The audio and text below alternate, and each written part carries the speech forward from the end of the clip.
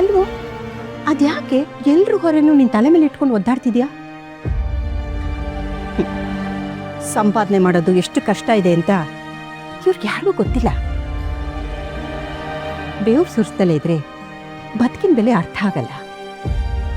ಎಲ್ಲರೂ ನಿನ್ನ ರಕ್ತ ಹೇರಿ ನಿನ್ನ ಕಿತ್ತು ತಿಂತಾ ಇದ್ದಾರೆ.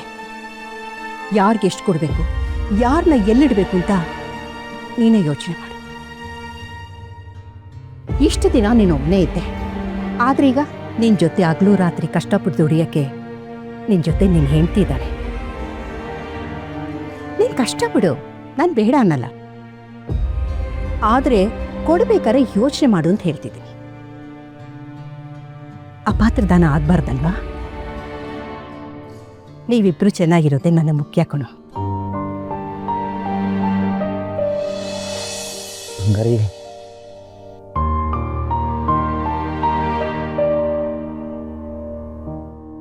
ನನಗೆಲ್ಲ ಅರ್ಥ ಆಗುತ್ತೆ ಕಣೋ, ಯೋಚನೆ ಮಾಡಬೇಡ, ಇನ್ನೂ ಒಳ್ಳೇದಾಗುತ್ತೆ.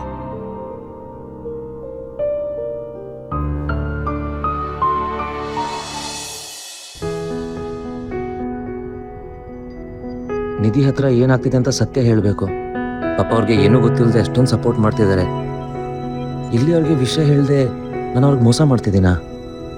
ಕರ್ಣ ಸರ್, ನೀವು ಎಲ್ಲ ವಿಷಯನೂ ನನ್ನ ಹತ್ರ ಹೇಳ್ಬೇಕಂತೇನಿಲ್ಲ. ನಿಮ್ಗೆ ಯಾವಾಗ ಹೇಳ್ಕೋಬೇಕು ಅನ್ಸುತ್ತೋ, ನಿಮ್ಮ ಮನ್ಸು ಯಾವಾಗ ಹಗುರ ಆಗುತ್ತೋ ಅವಾಗಲೇ ಹೇಳಿ. ಏನ್ರಿ ಮೈಂಡ್ ರೀಡಿಂಗ್ ಕಲ್ಸ್ಬಿಟ್ಟಿದ್ದೀರಾ ಹೇಗೆ? ಹೆಂಡತಿ ಅಂದಮೇಲೆ ಗಂಡನ ಮೈಂಡ್ ರೀಡ್ ಮಾಡಕ್ ಬಂದಿಲ್ಲ ಅಂದ್ರೆ ಪ್ರಾಬ್ಲಮ್ ಆಗುತ್ತಂತೆ. ಹಾಗಂತ ಅದು ಯಾವ ದೇಶದ ಯಾವ ಬುಕ್ಕಲ್ಲಿ ಬರ್ದಿತ್ತು? ಅದೆಲ್ಲ ಟಾಪ್ ಸೀಕ್ರೆಟ್, ಲೈಫ್ ಸೆನ್ಸ್ ಅಂತಾರೆ. ಈಗ ನೀವು ಮಾತನ್ನ ಮರೆಸ್ಬೇಡಿ.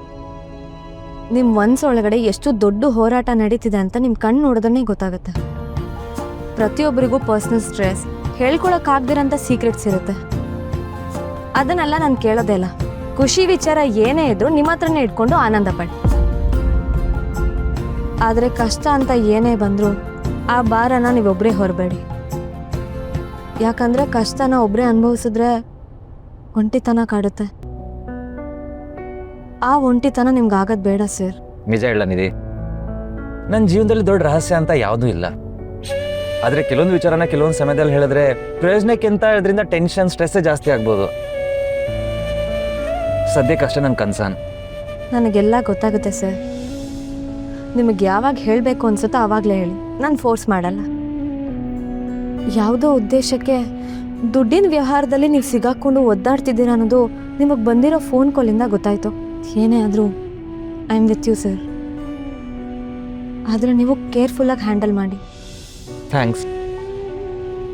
ನೀವು ಹೀಗೆ ಜೊತೆಲಿದ್ರೆ ನಂಗೆ ಅಷ್ಟು ಸಾಕು. ನಿಮ್ಮ ನಗು ಒಂದಿದ್ರೆ ನಾನು ಎಲ್ಲ ನೋವು ಮರಿತೇನೆ. ನಗುನ ಯಾರ ಜೊತೆ ಬೇಕಾದರೂ ಹಂಚ್ಕೋಬೋದು, ಆದರೆ ಅಳುನ ಹೃದಯವಂತರ ಜೊತೆಗೆ ಮಾತ್ರ ಹಂಚ್ಕೊಳ್ಳೋಕೆ ಸಾಧ್ಯ. ಅದು ಕೂಡ ನಮ್ಮ ಹೃದಯಕ್ಕೆ ತೀರಾ ಹತ್ರವಾಗಿರೋರ ಜೊತೆಗೆ ಮಾತ್ರ. ಸರ್, ಕ್ಲಿನಿಕ್ ಬಂತು, ಸಂಜೆ ಸಿಗೋಣ.